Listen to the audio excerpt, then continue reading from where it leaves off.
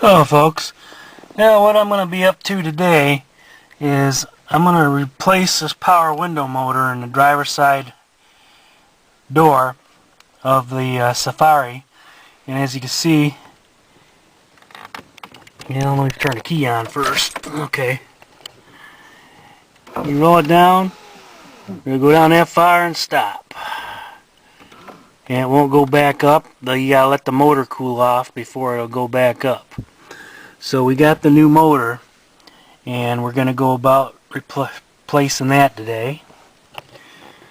So first of all, I got to get the door panels off, and pull these little buttons out, pry these out.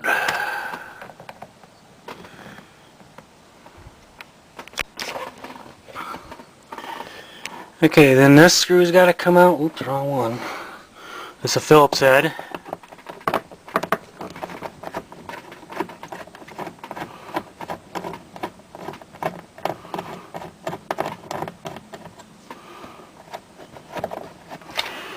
Most of these vans have a speaker here. This one don't have it.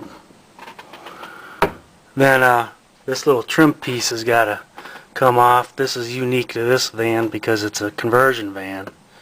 And I'm sure that's I'm not sure if that's actually going into the metal on the back, but I'm going to pull it off anyways.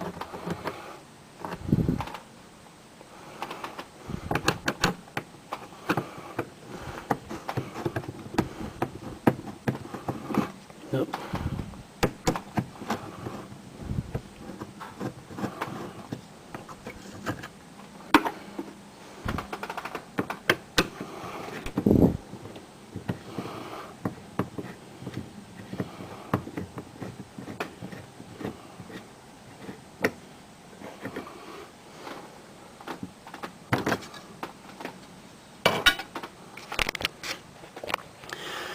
Then you need a Torx driver to get the rest of these screws out. And I don't have a better one than this, so I'll have to make do with it. These two screws and the armrest screws. Okay, the pull handle is loose and that's off. Now for the armrest screws. And this little piece has to come off, which will allow you to slip the door handle through. So we'll just pry that off very carefully, not to break it.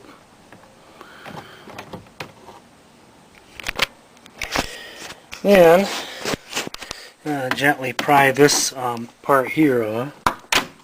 There's a clip holding it there. And let's see what else we got here holding it on. I'll have to shut this.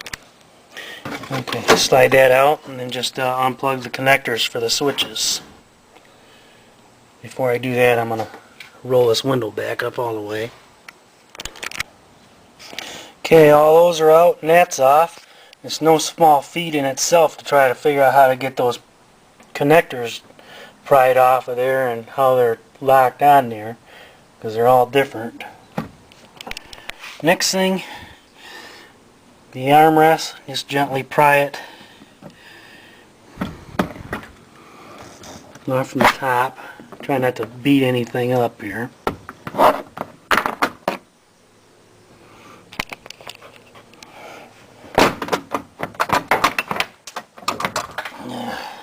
It's hard to do this and hold the camera.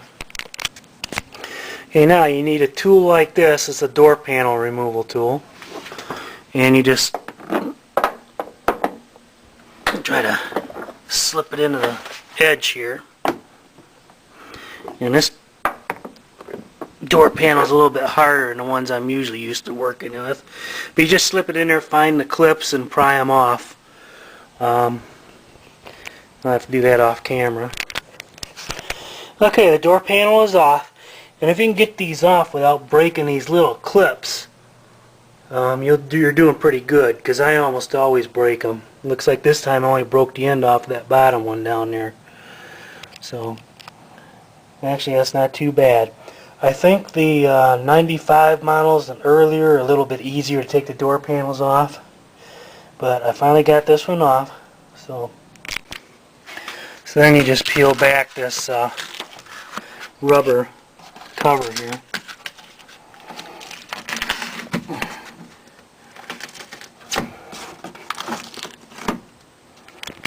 I pretty much had to destroy that in order to get it off, but I'll be able to tape it back on fairly well. And I probably could have got away without pulling it off all the way, but I'm going to change a door handle too, so I just wanted it completely out of the way. Okay, what I've done here is took some paper towels and put it over the top of the door, then wrap duct tape around them, stick it to the window. That way it'll hold the window in the up position. The window needs to be in the up position in order to work on it. So I don't know where my dad got this weird yellow duct tape, but it's duct tape.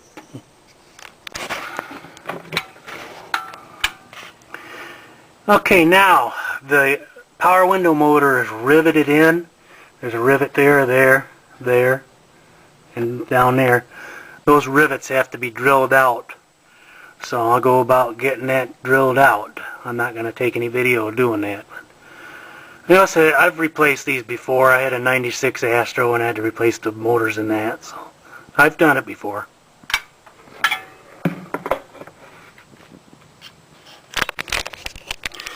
Okay, I have the rivets drilled out, and this just lifts out, and you just disconnect the connector here.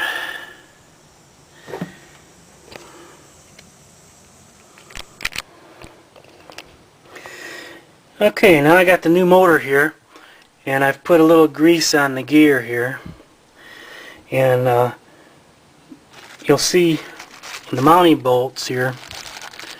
There's some short bolts and nuts and some long studs here. We're going to be using the short ones. The early 90s model Camaros and Firebirds uses the same motor, so I'm sure these other mounts are for that. So you want to plug your connector in first.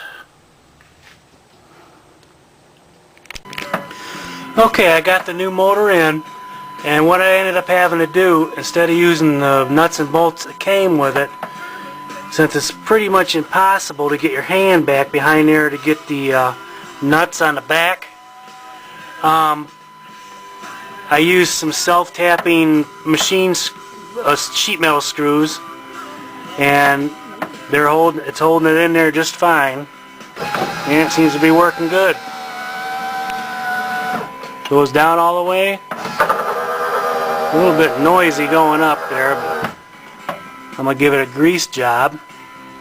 So all I gotta do is put everything back together. The installation is pretty much the reverse of the removal, and get started on trying to replace the door handle.